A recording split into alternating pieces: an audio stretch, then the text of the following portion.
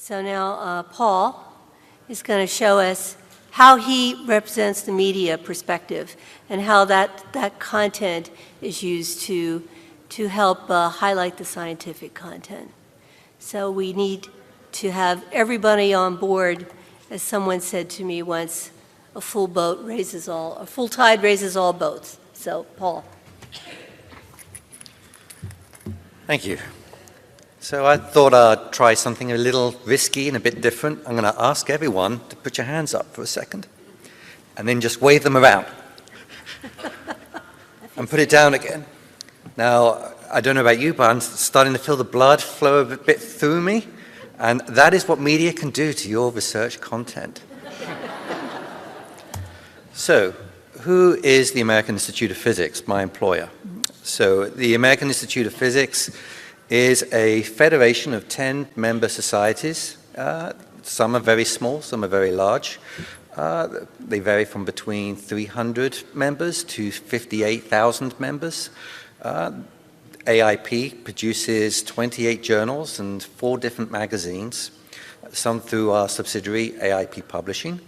And I represent Physics Today magazine, which is the flagship publication of AIP. It goes to every single member of the member societies. So we have around 100 to 120,000 copies printed every month. We have something like 3.5 million Facebook followers, a number that still blows my mind. And we have over 200,000 plus visitors come to the website, physicstoday.org, every single month. So what is digital media in the context of this panel? So I've defined it as a magazine article, for obviously I work for a magazine.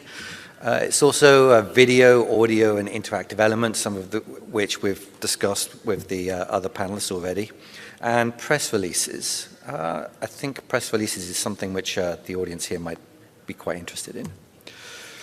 And why do you need to attract the attention of your audience? Because time is a precious commodity. I don't know about you, but I am always being bombarded with emails. I'm always trying to decide, am I going to do gardening today, or am I going to pay somebody to do it so I can have that time to watch, say, the Americans or the Stanley Cup?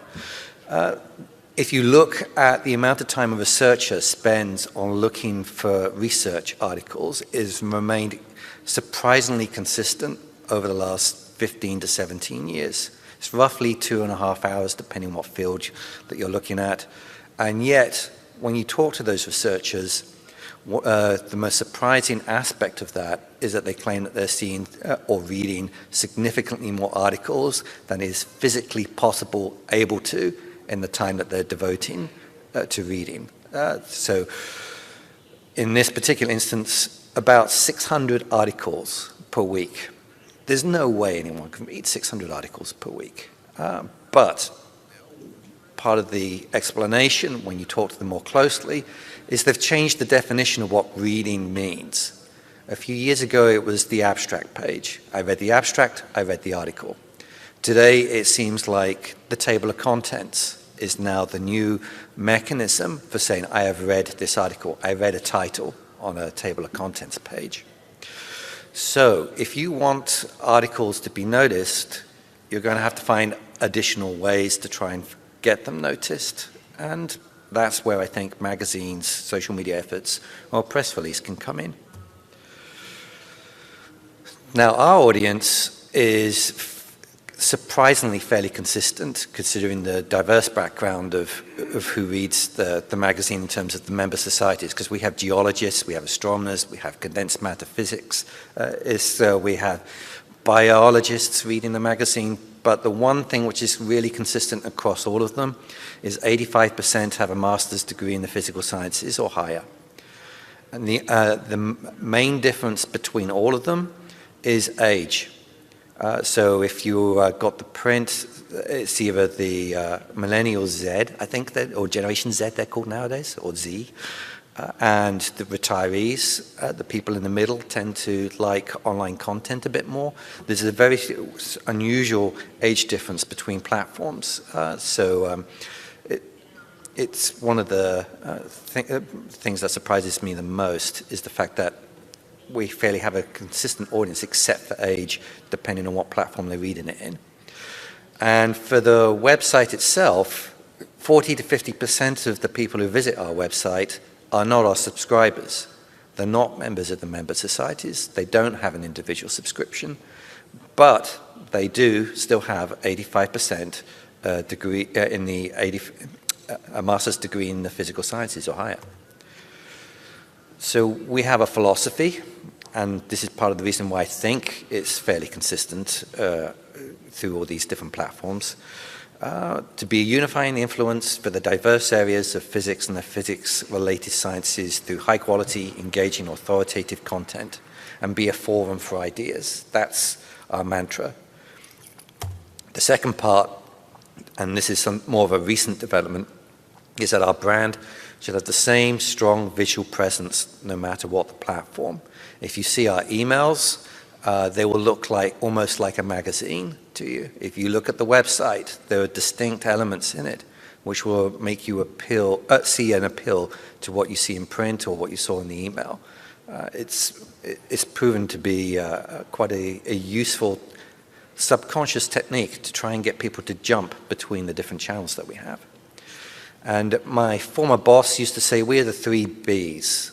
We're a browse, we're not a must-read. And by the 3 Bs, he meant we're usually read in the bedroom, the bathroom, and the beach. No one is going to lose their job because they're not reading physics today. We have to find ways to engage and attract our readers because they can go elsewhere if they don't want to read us. And it may sound a bit like a misnomer, but if you're on the web, make use of the web capabilities. So when we first started moving on to the web, it was pictures and text. Now we do video, we do audio, we do these interactive data sets. We did this really cool thing for the Nobel Prize announcement where we took all the data of all the past people who had been nominated for a Nobel Prize and then displayed it graphically on an article on our website. And so you could go and see, for example, Heisenberg was nominated X number of times, and these are the people who said he shouldn't win, and things like that. And the other thing that we've done is we've tried to live up to a name. Our name is Physics Today, and in the past it was like physics maybe once a month or physics once a week, but now we are definitely Physics Today. We always have new content every single day. So what's the end result of all these changes? I'm not sure how, it is pretty clear. We do annual surveys. We've just done a massive survey, and the red dot you see on that chart, that is what I call the superfans. People who just think we are the most fantastic piece of content they've ever read, and they want to stay engaged with us. The blue, people who are really highly engaged. They wouldn't give us up for anything. Enthusiastic, and to put that in perspective, that red bit is about 8%, and enthusiastic is about 47%. So highly engaged and enthusiastic is a massive number of people who really like what we do and what we're doing. The disengaged are the people who couldn't really care less one way or another whether they got the magazine or not, if I'm totally honest. And that's only 6%. In the magazine business, that is just really, really nice to see. And part of the reason why we have such huge enthusiastic numbers is that we've taken a very different philosophy to most other publications and journals. We do not rely on Google for the majority of our connections or traffic driving options.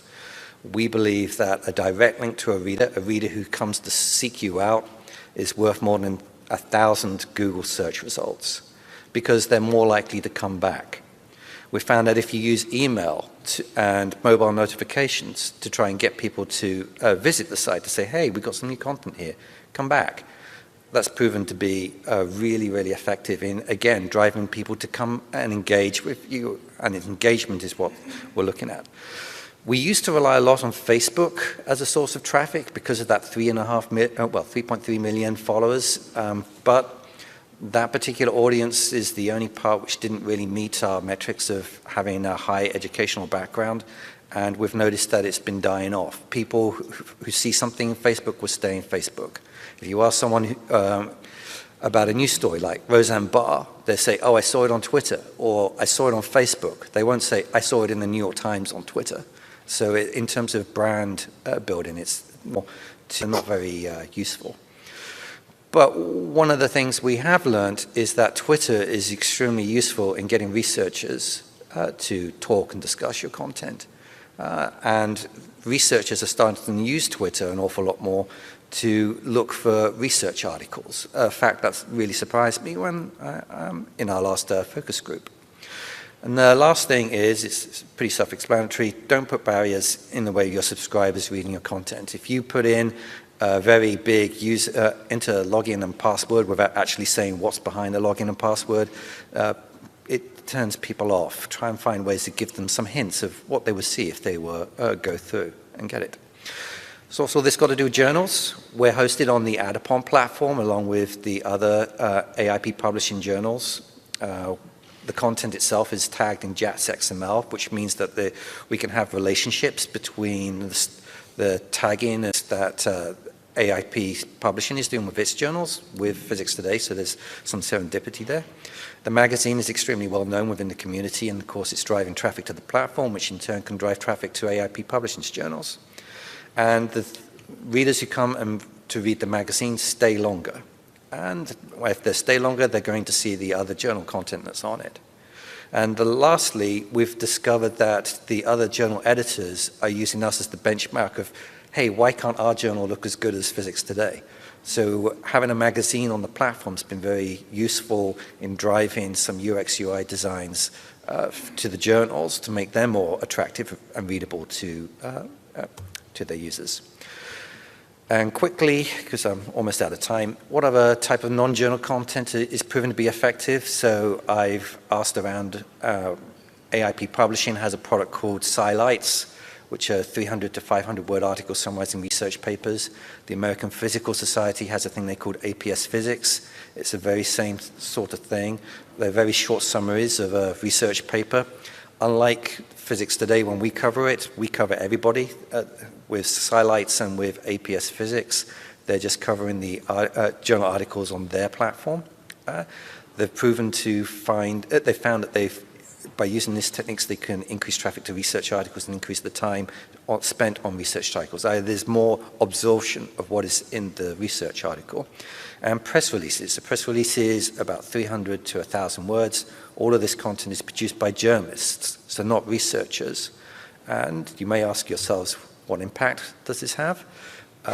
So I've asked politely 3 different societies to give me access to some of their download content, where we could do a comparison between press releases and articles which have not received press releases.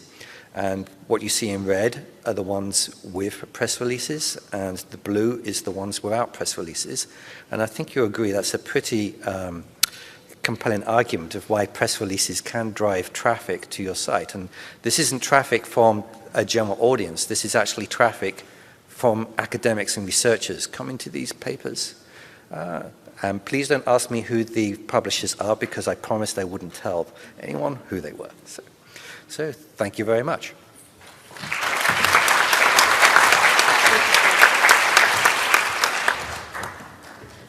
So I think Paul has shown us that the media is our friend, and that there's a lot of different ways to capture that kind of attention.